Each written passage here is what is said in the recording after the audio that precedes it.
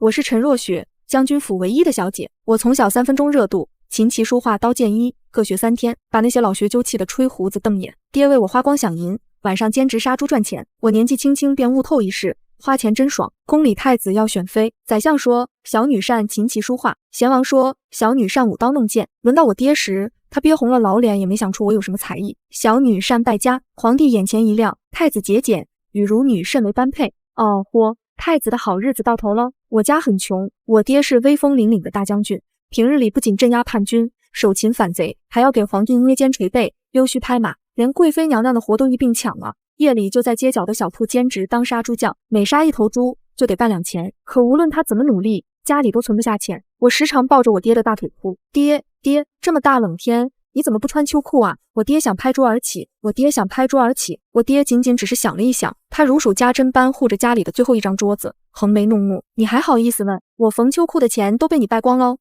我刚出生就没了娘，我爹下定决心要把我培养成我娘那样才高八斗的女子。我说想学医，他就花大价钱请了太医院的医师教我。我说想学琴，他就给我定制琴是最好的琴。我说想学马术，他就为我养了一个马棚。年仅10岁的我站在我爹身旁，看他衣衫魅影，一掷千金，不禁感慨花钱真爽啊。后来我什么都没学会，倒是学会了花钱。此去经年，我家从繁华的城中搬到了破落的城西。我爹对我寄予的厚望，从儿啊，你要成为国之栋梁，变成了啊，你要好好活着。终于在他寿辰这天，我拿出了一幅百鸟朝凤图，惊艳四座。我爹乐翻了天，没想到舞女还有此才能，定是娘子在天有灵，为他开了光。我也高兴，爹，只要你高兴，我一晚上能弄出个10幅8幅。我爹都惊了，没想到我们老陈家还能出这样的人才。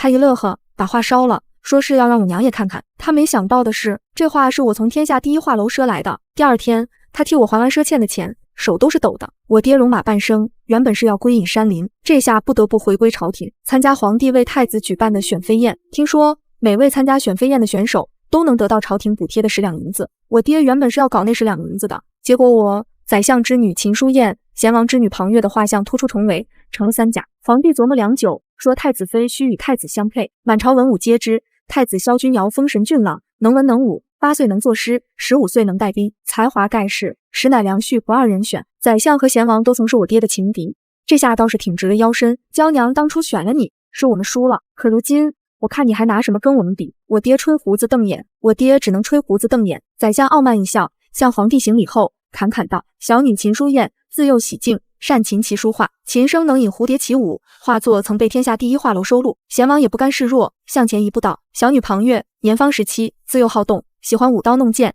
曾单枪匹马拿下潜逃10年的罪犯首级。我爹躲在后边，就怕被点名。皇帝转头就看到了缩在角落的他。陈爱卿之女如何？我爹也是见过大风大浪的人了，情敌在侧，他怎么也不想丢脸，但他憋红了老脸，也没想出我有什么才艺，最后只能低头吐出几个字：小女善败家。四周一片寂静，我爹只想拿了10两银子走人。西街的大娘家还有5头猪要杀，迟了生意就被人抢了。皇帝却眼前一亮，语出惊人：太子节俭，与汝女甚为般配。宰相懵了，贤王傻了，我爹也受到了惊吓。哦豁，太子的好日子到头喽！圣旨一下，我就成了钦定的准太子妃。消息传来时，我正在酒楼嗑瓜子，邻桌而坐的是一位面貌清俊的白衣男子。翠竹焦急地跑过来：小姐，你被选中为太子妃了。白衣男子手指一顿，视线一瞬间落在我脸上。我正在看台上的戏班子演戏。妃？什么妃了？翠竹跑得急，喘了几口气。太妃，我不以为意。太什么？白衣男子低沉的声音从身旁传来：太子妃。哦，我静默了半晌，差点暴跳到桌上。那太子是谁啊？此话一出，白衣男子身边的冷脸侍卫首先站了出来，仿佛我犯了滔天大罪。你竟不知太子是谁？我是真不知道，毕竟铁打的皇帝，流水的太子，楼里生意做得杂，平日里也卖一些男子画像。我拦住路过的店小二，问太子的一幅画像多少钱。太子的画像都被抢光了，只剩下最后一幅。店小二嘴巴一张，就要10两银子。10两银子，不如去抢。我正犹豫，折扇轻敲在桌面，一直未有动静的白衣男子薄唇一抿：我有更便宜的，只要1两。我本来还在犹豫，这下当机立断，直接掏钱给了店小二。都说便宜没好货，店小二卖的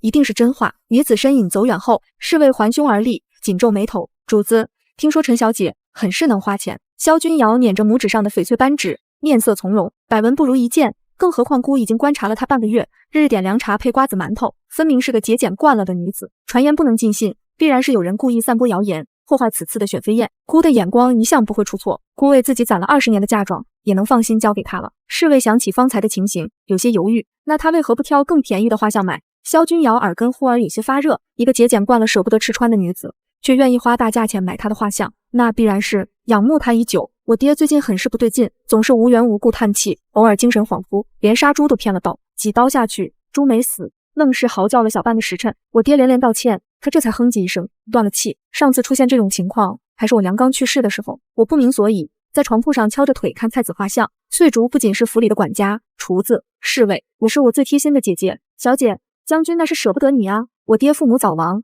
中年丧妻，又即将和相依为命的女儿分开，脑海中浮现一位蹲守在门口的孤寡老人形象。我爹没了我，可怎么活啊？我顿时眼眶发热，冲到院子里找我爹。我爹颓坐在竹椅上，脸上醉意满满，衣衫有些凌乱。那句女儿不嫁了，刚要脱口，我爹突然擦了下眼角，心事重重。女儿啊，你一定要好好对太子，太子是未来的君王，要是出了什么事，爹怎么对得起黎民百姓？原来我爹担心的是太子，那没事了。想到刚刚的画像，我的眼泪也忍不住了。我爹急忙哄我，爹没事，爹能照顾好自己，爹知道你舍不得，我和他个哭个的。爹，太子也太丑了，难怪能轮到我当太子妃。虽然太子长得不在我审美之上，但既来之则安之，成婚在即，我自然要和他先培养一下感情。听说萧君瑶不常出门，不好酒色，只喜书籍。我让书贩子给我来一沓书，书贩子问我想要什么样的书，我挠了下后脑勺，被太阳晒的脸颊有些发红，送给我夫君的，我们俩能一起看一起学习的。书贩子的眼神逐渐变得暧昧，我抱着一沓包好的书登上了太子府，可门口的侍卫不认识我，我就挑了处偏僻的角落翻墙进去，也不是特别想见太子，只是想翻墙了，而且还是太子家的墙。刚落地，就见不远处柳树下有一男子懒散坐于躺椅上，正逗弄着池塘里的鱼。男子眉目如画，衣冠整洁，是翩翩君子的模样。他抬眸望过来的瞬间，我扬起下巴，自报家门，我是未来的太子妃。男子嗓音沉沉，我知道。我瞧了半天，才发现他是那个和我在酒楼嗑了半个月瓜子的白衣男子。原来他也在太子府当差。我腿脚有些酸了，敲了敲躺椅，起来让我躺躺。男子略有些疑惑，你知道我是谁吗？我拿衣袖扇风，不以为然道，以我们现在的身份，你不就是要好好听我的吗？男子沉默片刻后翩然起身，太子妃说的是。我又恶狠狠地叮嘱他，今天的事不准说出去，不然要你好看。我躺着躺着就睡着了，期间不知道抱着什么东西蹭了蹭，只知道将醒未醒间，有人大声喊了句太子，太子来了。我擦了下口水，立马站了起来，却发现整个院子只有3个人，喊人的不是太子，白衣男子也不是太子，那么就只剩下我了。我脖子有些酸，僵硬的转向还在拿着蒲扇给我扇风的男子，你是太子？我还有些不可置信，你一直都是太子吗？太子低眸瞥了我一眼，仿佛在说我不太礼貌。太子妃，你还要孤扇到几时？啪一声，我差点掀桌而起，该死的店小二，竟然卖我假话，那可是我最后的家底了。太子却挑眉，笑得莫名温柔。太子妃的脸怎么如此红？废话，一团团火气往上冒，能不红吗？我急着去找店小二算账，把书放在桌上就提着裙子跑了。只听见身后有人小声问，主子，太子妃怎么走得这么急？而太子声音淡淡，可休走，倚门回首，却把青梅嗅。听不懂。我刚跑到门口，顺势回头看了下，太子又笑了。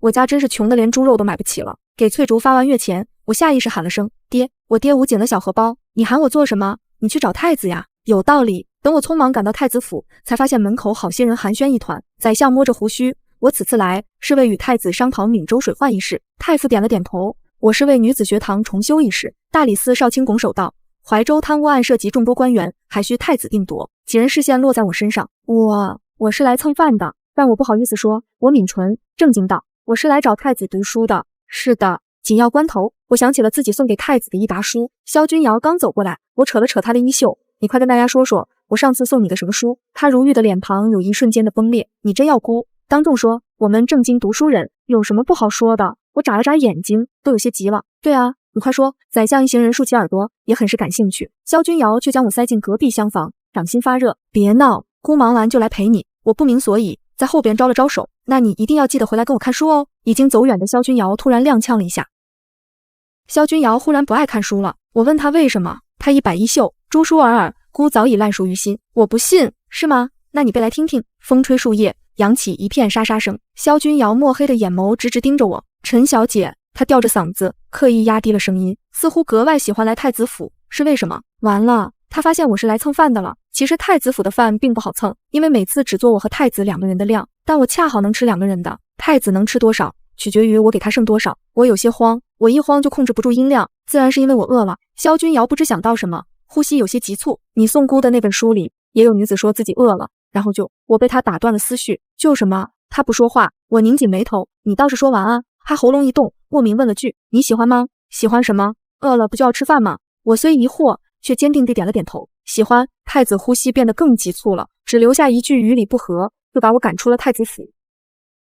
太子府外都是眼线，于是太子与未来太子妃不和的谣言就这样传到了太后耳朵里。宰相与太后关系匪浅，每次一下朝就到太后宫里蛐蛐我和我爹，再加上贵妃娘娘闲来无事，给太后吹了些枕边风。于是这天，太后终于下令宣我入宫。我还没来得及拜见太后，太子就和太后吵起来了。太后捻着手里的佛珠，哀家是为了你好。陈若雪这姑娘不及玉儿一半聪明，日后怎能管理好后宫？你父皇一时草率，可哀家还要为了我们萧家的天下着想。玉儿也就是在一旁给太后沏茶的旁月，眉目间带了一丝凌厉。趁着你们感情不深，哀家正好。萧君瑶说，皇祖母此言差矣，姑看若雪分明是对我用情至深，若背信弃义，日后又怎能取信于人？太后摇了摇头，你还是太年轻了，那就让你看看怎样才是堪当太子妃的聪慧。太后命人取来了50样物品，让我和庞月在一炷香之内推断出哪件物品曾为太子所用。紫金冠、翡翠玉佩、玉发冠、菊花耳瓶、琉璃香炉，琳琅满目，各不相同。而我们每人都能问太子3个问题，他只能回答是与不是。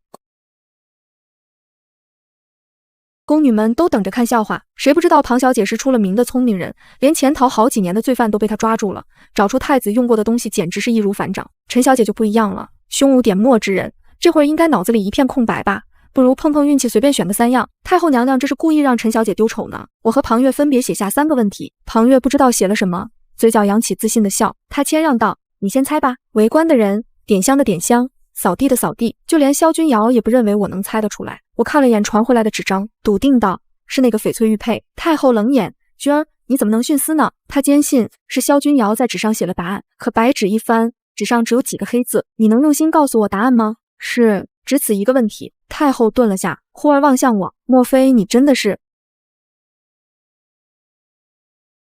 庞月原来还等着经验出场，这下彻底僵住了。不可能，不可能，一定是他曾在太子身边见过。太后叹了口气，这是君儿13岁那年送给他父皇的寿辰礼物，是他跑遍了京城才选到的，他父皇一直都舍不得带。罢了，是哀家老了。太后招我过去，拍了拍我的手，很是慈祥，能告诉哀家你为什么能选对吗？太后当年也曾被先太后为难过，可她当时没有选对，这些年来一直耿耿于怀。至于我为什么会选对，那是我13岁那年卖出去的，还被我爹揍了一顿，我能不印象深刻吗？那年我蒙面到街口的小铺，卖了家里的好些东西，还被买家接连砍价。直到几天前在太子府见到一些熟悉的物件，我才发现这么多年来买我东西的人一直都是太子。我自然不能说这玉佩是我曾经戴过的，只好胡查一通，其实也没什么特别的，就是那个玉佩和太子给我的感觉是一样的。太后了然，原来如此，原来如此。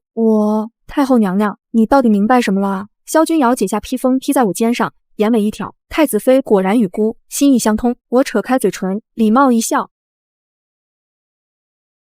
天色已暗，太后安排了2间房间，让我和太子留宿宫中。宫中的膳食比太子府和我家的好上太多，我沉醉其中，在临睡前也没记起自己有梦游症。以往我都和翠竹睡在一间房，她会抱着我不让我动。夜深了，我浑身不自在，起来推开了萧君瑶的房，朝着床的方向挪动，也不知道发生了什么事情。醒来的时候，萧君瑶正睡在我旁边，浓密的睫毛一动不动，五官俊朗，很是惑人，肌肤相贴，炙热的温度不断传来。我懵了片刻，一脚把萧君瑶踹下了床，我脸颊发红，语无伦次。流氓！萧君瑶醒了，她解开纯白的亵衣，露出几条红痕。太子妃要不要看看，到底谁才是流氓？我立马捂紧眼睛，我不看，我不看，又悄悄露出一小块缝隙。萧君瑶身材好像还挺好的，真不愧是常年去兵营的男人。买豆腐的大娘曾跟我说过，男人的身材，女人的养料。这样一看，太子一定能将我养得很好。我脸红了，萧君瑶却蹙眉，凑近我身边，你在想什么？昨晚的事你都不记得了？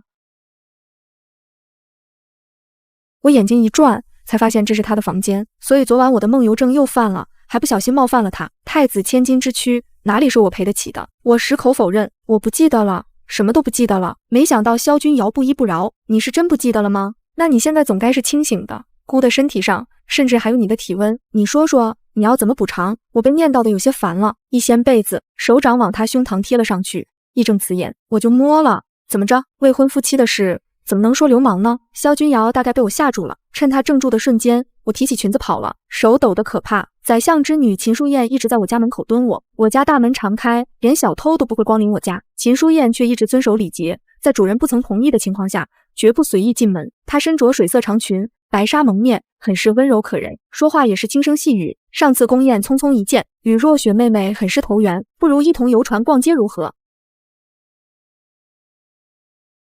翠竹悄悄凑到我耳边，小姐，恐怕有诈。我被秦书燕一口一个妹妹迷惑得失了神智。要知道，在家里，我爹从来都叫我混账，我有什么可诈的？风一吹，我家门匾摇摇欲坠。翠竹沉默片刻，有道理，逛街是要花钱的，我已经答应我爹，要改邪归正。秦书燕指着天香楼最有名气的糕点，要不要买一些？我爹说过，这些东西都是坑有钱人的。我嘴馋，但摇了摇头。路过衣裳铺，秦书燕问，天冷了，妹妹要不要置办一些新衣？我眼巴巴看着，摇了摇头。路过胭脂铺，秦书燕问，女孩子家总归是要用些胭脂的，妹妹不如买一些。我摸了下未施脂粉的脸，又摇了摇头。秦书燕大概是看出我有些穷了，妹妹出来逛街，却什么东西都不买吗？她吩咐身边婢女，刚刚陈小姐但凡看过一眼的，都包下。没记错的话，整条街的东西我都没少看。等等，秦书燕安抚我，放心，不用你花钱，还能有这种好事。好，我还没来得及高兴，她唇角一扬，未婚妻买东西，自然由未婚夫出钱，都记太子账上吧。我嘴巴立马张成了 O 型。我现在明白了，秦书燕不是跟我投缘，她是跟我投恨。我踹翻了我们友谊的小船。秦书燕，我们无仇无怨，你为什么要害我？面纱下，她白皙的脸颊如寒冰一般冰冷。你知道那幅画我画了多久吗？我突然想起前段时间从天下第一画楼赊的那幅画，10年。她眼角湿润，整整10年，我日夜盼着一朝成名，好不容易才将这幅画送进了天下第一画楼，结果你一把火把什么都烧没了。不是我，是我爹烧的，但我爹生了我，我赊了画，我爹因为我烧了画，我阿爸了许久，低头娴熟的认错，对不起，都怪我。你要什么？我买。秦书燕原本是想看我狡辩的，她没想到我认罪认得这么快，一时无言。她一开眼，道歉有什么用？留着你的对不起，去跟严禁奢靡的太子说吧。御花园内，皇帝正在与太子钓鱼。皇帝垂眸看了眼，没记错的话，皇儿这根鱼竿用了快8年了吧？太子神色淡淡，肝不在心，那也得有鱼钩吧？自家这孩子从小就这样。皇帝摇摇头，你这样是不会讨太子妃喜欢的。太子神色淡淡，父皇不必操心，太子妃与孤乃知己。皇帝神色莫测，有侍卫闯了进来。太子，大事不好了！大监问，何事如此惊慌？惊扰圣驾。侍卫道，陈若雪小姐和秦书燕小姐在逛街，说是记太子账上，2个女子能花什么钱？太子神色淡淡，他想买什么买了便是。话虽如此，可……侍卫愤然道，可他花光了您10年的俸禄。太子神色淡，太子淡不了了。萧君瑶刚到我家时，我正跪在我娘的牌位前忏悔，桌上放着10几个老板送来的房契地契，院子里摆满了杂七杂八的金贵物品。我爹背着手怒骂，你从小就没了娘，巷子里那几个小子都欺负你。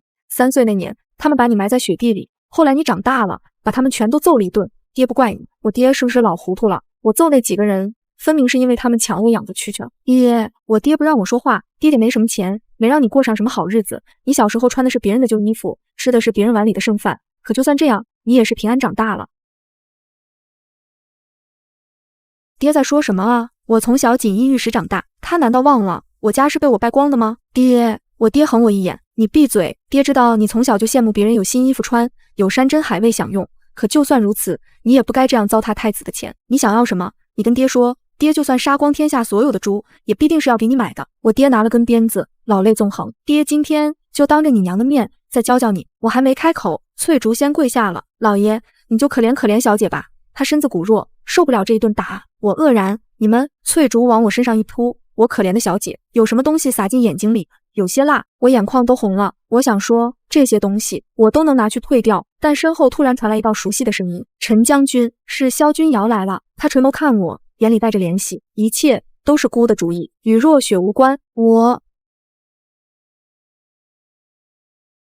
我爹和萧君瑶在简陋的房间里促膝长谈。我爹问，太子不怪若雪行这奢靡之事，房内只有一个板凳，萧君瑶只好站着。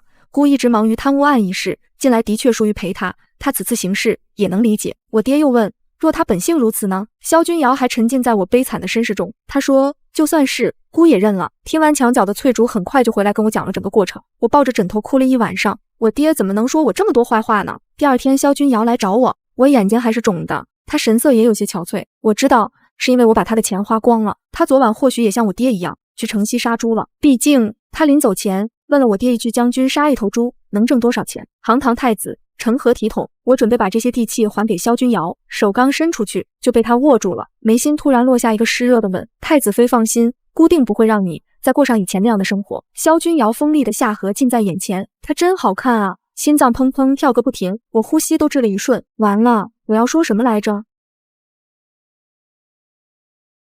我莫名其妙就成了好几家铺子的老板，就连天香楼也有了我的一份。天香楼的大老板是江南首富，回京之际特地为我准备了欢迎宴，本着不吃白不吃的人生理念，我非常开心就去了。可没想到我是去吃饭的，对方却是来认亲的。面貌清秀的男子眼泪汪汪，果然是你！我丈二和尚摸不着头脑。你是？张启松鼓起嘴，是我，二狗子啊。换做以前，我一定会说自己认识很多二狗子，但近些时日，我已经和宫里的娘娘们学会了人情世故。是你啊，真是好久不见。张启松语出惊人，那你现在还愿意嫁给我吗？你小时候说过要嫁给首富的。我突然呛了下，我已经许了人家。这样啊？张启松有些落寞。如果我可以做外室呢？我呛得眼泪都快出来了。我倒是没问题，就怕太子有意见。果然，他话音刚落，有人一脚踹开了门。萧君瑶一袭玄衣，剑指张启松，你刚刚说了些什么？张启松哪里还有什么当外室的想法，他魂都快吓没了。萧君瑶原本是来附近办事的，怀州贪污案一事涉及了很多官员，可没想到在这撞见了我，侍卫愤愤不平。陈小姐，你怎么能和外男来吃饭呢？我也很不好意思，平时蹭饭蹭惯了，忘了现在有身份了，错不在他。萧君瑶想了想，问，你小时候真想嫁给首富吗？废话，谁不想嫁给首富？我摇了摇头，说不想。萧君瑶眼尾上扬，心情又莫名好了几分。你不用哄姑，是姑的错，姑该更加努力才是。我想，可能是萧君瑶近日与我爹来往颇深的缘故，被我爹传染了。无人的小巷，我勾了下他的手指，我今晚陪你吃饭吧。太子府的晚膳很是简单，一道白菜炒肉，一道水煮白菜。购菜的厨娘解释道，是因为太子很爱吃白菜。我想他那么爱吃白菜，可能是因为没吃过其他的菜。等厨娘走后，我吩咐大厨，今晚做红烧肉和狮子头吧。大厨说自己只做过白菜炒肉和水煮白菜，于是我让翠竹留了下来。菜端上来，萧君瑶尝了口，眉头微皱，他还没来得及开口，今日购菜的厨娘就跳了出来，狗贼，等死吧！菜里藏了无色无味的剧毒，遇水即发，你没命活了。他当庭被擒下，有些疯癫。王厨娘已经在府里当值8年了，当初他来京寻亲，被高中状元的儿子抛弃，本来是要跳江寻死的，被路过的萧君瑶所救，本应是信得过的人才对。萧君瑶问，为什么？王厨娘眼角含泪，你昨日处决的那人是我唯一的儿子，他纵然贪污了一些灾银，也罪不至死。我连他最后一面都没见到。侍卫将他反压在地，交出解药，没有解药，半个时辰后他就会毒发，求生不得，求死不能。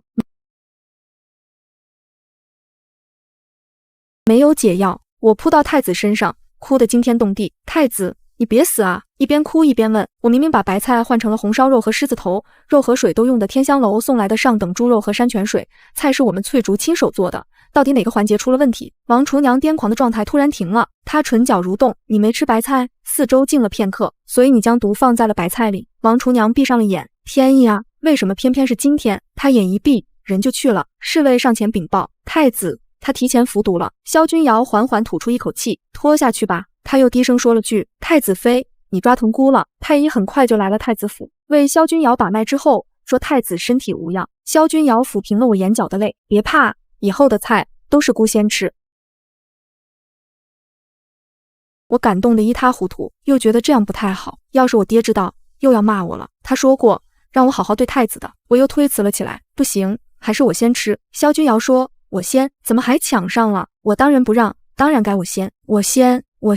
就在我们快吵起来之际，常跟在萧君瑶身边的太监突然插嘴，还是让奴才先吃吧。贪污案一事完结后，很快就迎来了我和萧君瑶的大婚。萧君瑶向皇帝请赏，以太子妃和善的名义为贫苦百姓放粮。于是大婚当日，万人空巷，有人手捧鲜花，有人笑逐颜开，婚轿浩浩荡荡，迎进了太子府，在礼官提升道：一拜天地，二拜高堂，夫妻对拜。礼成，送入洞房，盖头遮了眼，我看不见前路，只有萧君瑶牵着我的手，稳稳地朝前走。